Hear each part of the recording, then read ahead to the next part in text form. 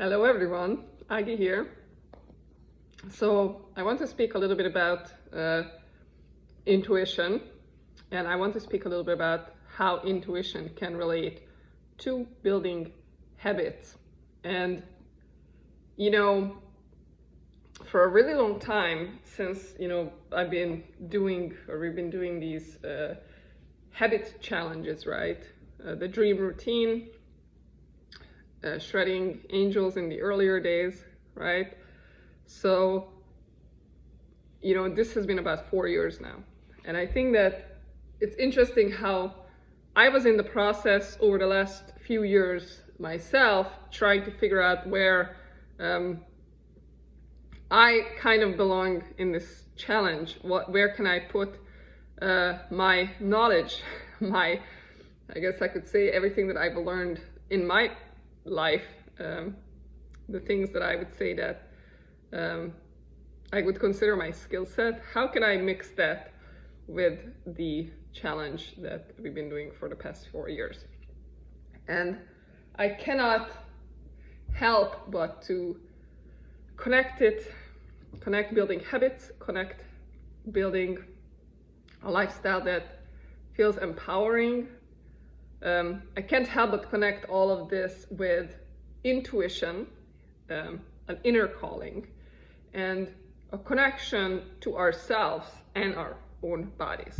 So I guess what sets this apart from, some workout program or some diet or some, something that, people generally sign up for? What I would say sets it apart, or what I would like it to be set apart by, is that we are not picking a habit from some program that we then blindly follow, and all of us are doing the same thing. What we are doing here is we are working on understanding how our body and our intuition is communicating with us. So our kind of customized plans are coming from an inner calling, an inner wisdom of our own bodies, right? So what does it mean for you? What does it mean for any individual in this challenge? It means that the skill set that I am trying to teach is an ability to go within, connect, and recognize the subtle ways the body is communicating through intuition. So for example, we do meditations in the challenge sometimes, such as the perfect plate of food meditation, or the perfect set of exercise meditation. We have also done other types of meditations, but these were the two that I would say the most, these two were probably the keys in this particular past 4 years, because most women, we only had women, came to the challenge because they wanted to lose weight, they wanted to improve their diet and exercise habits. Over time this could change because people could be coming to build other habits. However, this is how it's been for the past 4 years. Now, I don't think that the focus on exercise or the focus on, I would say, diet is what is really the unique thing about this challenge. Obviously, that isn't what's unique. What's unique about it is that intuitive process of deciding what habits are actually good for us. So instead of somebody coming to the challenge, and maybe that's how they arrive, I'm not sure, I think a lot of, even I went through that phase of, oh, you know what, I don't look good enough, so let me buy an exercise program so I can look better. And the truth is that the motivation when somebody approaches transformation from the direction of self-hatred, in a sense, because when we look at ourselves and we feel unhappy or some even disgusted about certain aspects of our bodies, and then we begin to say, well, I don't deserve food because I don't look good enough, or I don't deserve to I don't deserve to take care of myself, I don't deserve anything self-caring because I am not good enough. I need to punish myself with exercising because I am overweight, right? So there can be all these different belief systems that kind of put everything into a self-depriving, self-punishing, negative light. And this is not where true transformation takes place towards a positive direction. Where transformation takes place towards a positive direction is where we begin to connect with our own individual body and begin asking questions about what the body needs to become into its ultimate healthy state. Now, when that conversation begins, and you can say that, oh, I never meditated, I never did anything like this, it's okay. This is a trial and error learning process, and you get better at it as you go. But the truth is that connection, and my background is in intuitive readings, my background is in Kundalini yoga, meditation. I have studied this stuff for over a decade and probably read every single book out there about it. So I know a lot about the intuitive process. I know a lot about reading intuition, connecting to intuition. And so this is my background, and I'm connecting this to building habits. So going within it's an opportunity for every single person, and every single person has answers there, deep down somewhere, towards a calling, right? And the calling can be in any area of life. This is not exclusive to work. This is not exclusive to relationships. This can be about the smallest details. There's a calling within. There's a communication within the body that's happening. And some of them is more connected to our body, some of them is connected to our soul, more like a purpose sense, but it's there. So connecting and asking questions such as, what is it that my body needs from me now? What does an individual organ need from me now? And the best way to go into that process is to first have a meditation on what true health, what that ultimate state feels like from within. And this is the part where you can begin exploring, what is health for you? How does it feel in your body? Where do you feel it? What is that ultimate image of the healthy you? And your body is going to begin, and it doesn't matter, you can call it the body, you can call it the soul, you can call it from something above, doesn't matter. What comes? What is the image? What is the feeling? What comes through to you? Where do you feel the health? How does that feel? What is that image looking like? And I want you to really go and feel into that image. Make it personal. Make it a personal experience. This is not just something that you come up with your ego. This is something that literally becomes an experience from within because you feel it. What does that feel like? What does that ultimate state of health feel like? And then from that point, and we do. I encourage dream boards. I encourage a lot of things of that nature in this challenge. I encourage everybody to kind of put down and begin compiling what this ultimate state of health means for them. And this is different for everybody. This is different, individual to individual.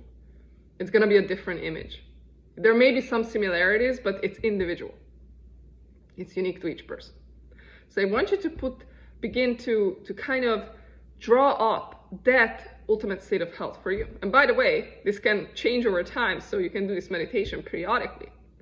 But what's coming to you now is what you have to see now, okay? So you have this image now, and you can create a dream board of it, you can make a list of it, however you want to. You can jot it down, take some notes of it. You can get magazines and put together a collage, whatever it is. And then I want you to go within again, and I want you to begin asking the questions of, what is it that my body is asking me to do to move towards that state? What does my body need for me to come closer to that state? What is the type of nourishment that would get me closer to that state? What is the type of movement that would get me closer to that state? what are the habits, other habits in any area of life that would get me closer to that state. And by the way, this can literally be something like, I need to sleep more, I need to hydrate more, I need to have more quality time with my partner or my children, I need to focus on my life's purpose as far as career goes, I need to invest more time in meditation or relaxation, or going on an adventure, or going on a trip. It could be anything. I want you to begin looking at the bigger picture and begin asking, what is your soul prioritizing for you now? And usually, and by the way, in this challenge, I always ask to not take on more than 1 or 2 new habits each month. So because we want to, there's a capacity to us, there's a timeline to things. And 1 or 2 new habits a month is what is manageable. So we're moving forward in layers always. However, I really want you to focus on that bigger picture and begin building that picture, and then you can use a strategy. You can use a strategy of saying, okay, what is the number 1 priority now in this particular month that I need to move forward into? This is, again, can be an intuitive process. So maybe you feel like, you know what, number 1 is going to be gut health or hydration. These are the 2 foundational aspects of where my physical body wants to get this particular month. And it doesn't mean we're not going to do the rest of what comes through, but we are going in layers, in manageable portions. So we exist in a time and space reality, and we have only so much capacity in us for what we can do in a particular month. So it's very important to make it manageable. So ask, again, you can go within and ask, what are those 2 habits this particular month that my body is asking me to prioritize as the first step of this process? And you can begin. And you can begin moving towards that, and then you can add that to your dream board. You can add, okay, this is the next thing. And through this, if you do this through meditation instead of going out and following some and it doesn't mean, maybe your intuition is telling you, hey, follow the exercises by Beachbody. So it doesn't mean that you cannot follow someone else's structure. However, intuitively you go within, and it's chosen through a very personal experience of this is what I'm craving. It becomes a different type of motivation. Now it is coming from a self-loving place. This is going to nourish me towards that ultimate health. And by the way, the weight, for instance, is something that adjusts as a result of living a healthy lifestyle, right? So in a way, the weight is something that we don't directly control, in a sense that we are not doing something, we're not going to go to the doctor and have the weight taken off. The weight is a result of things that we do with our bodies. And our body is very wise. So I would tell you that instead of saying the weight is the measure of success, allow yourself to build habits and have that be the measure of success, that now you're living a much healthier lifestyle. And as a result, your body is going to begin shifting and transforming. But I would tell you that go towards that with curiosity. Okay, so if I do this, if I do that, and it feels right, it just feels good, I feel like I'm getting healthier. Be curious how your body transforms as a result, and allow your body to adjust to its ultimate state, because now you're doing all the things to nourish it. You're doing all the things to move it the right way. For me, this is one little personal example. For a while, for most of my life, I didn't really have the right motivation to exercise. I didn't really, like I said, oh, okay, you know what, I have to exercise because I want a tighter butt, tighter legs, whatever. And it didn't really, as much as I had this image of like, oh, that would be nice, it didn't really keep me on the wagon, in a sense of, it just wasn't a deep enough motivation. And then one particular day I was doing I do Akashic Records readings, and I was doing an intuitive reading session, and I was actually doing an intuitive reading for somebody else. And I was shown intuitively that this person had to work out because their muscles literally were made for that. And this could apply to a lot of people. And it definitely applied to me.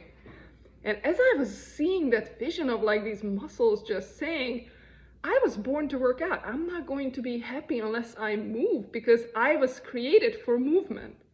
I was not created to be stagnant. I was created to be used. And that's how I feel in my ultimate state. And I'm talking about the muscle here. Because the truth is that with our minds, with our egos, we have near to close to zero idea. Even doctors don't understand the body fully, right?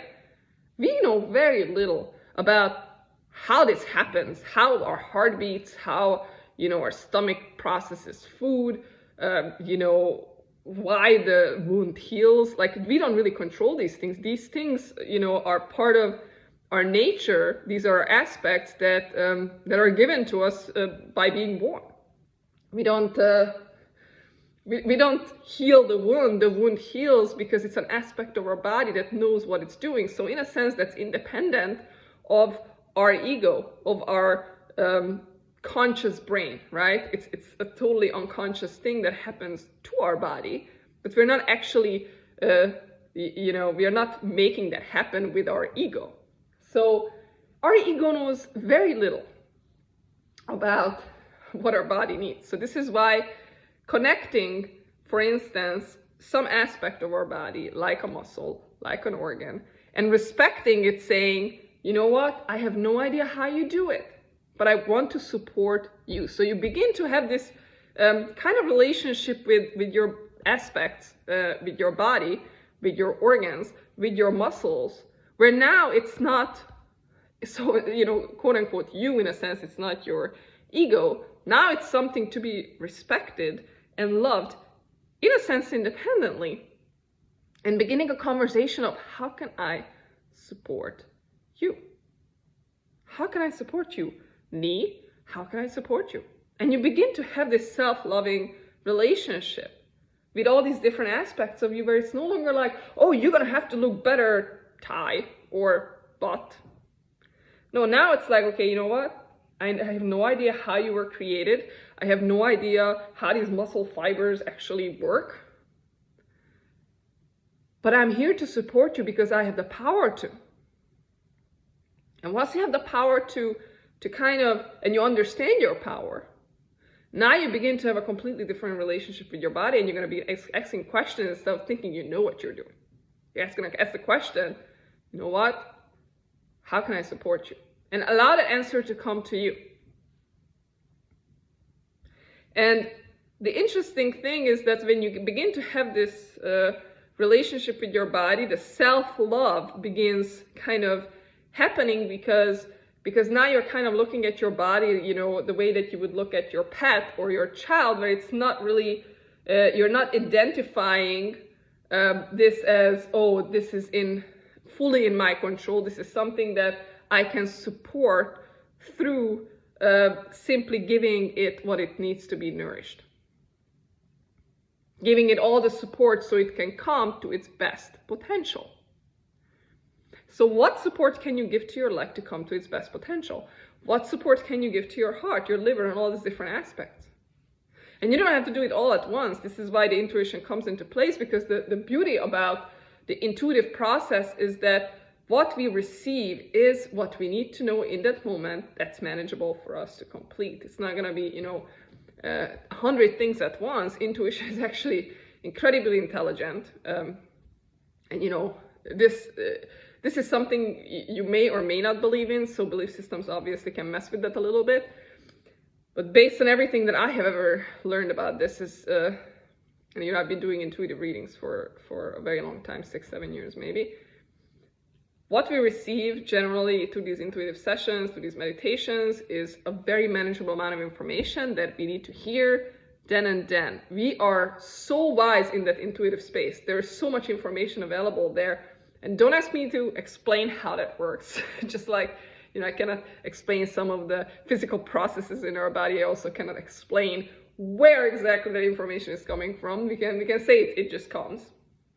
We can say it's God. We can say it's or higher self, whatever we want to call it. The truth is that it's just simply, it's there. There's an aspect there that we don't fully understand, but it's there. So allow yourself to connect that and be curious. See what happens, see what comes through, and build the habit from that space. Choose the habit from that space. Separate your ego from that process and begin serving.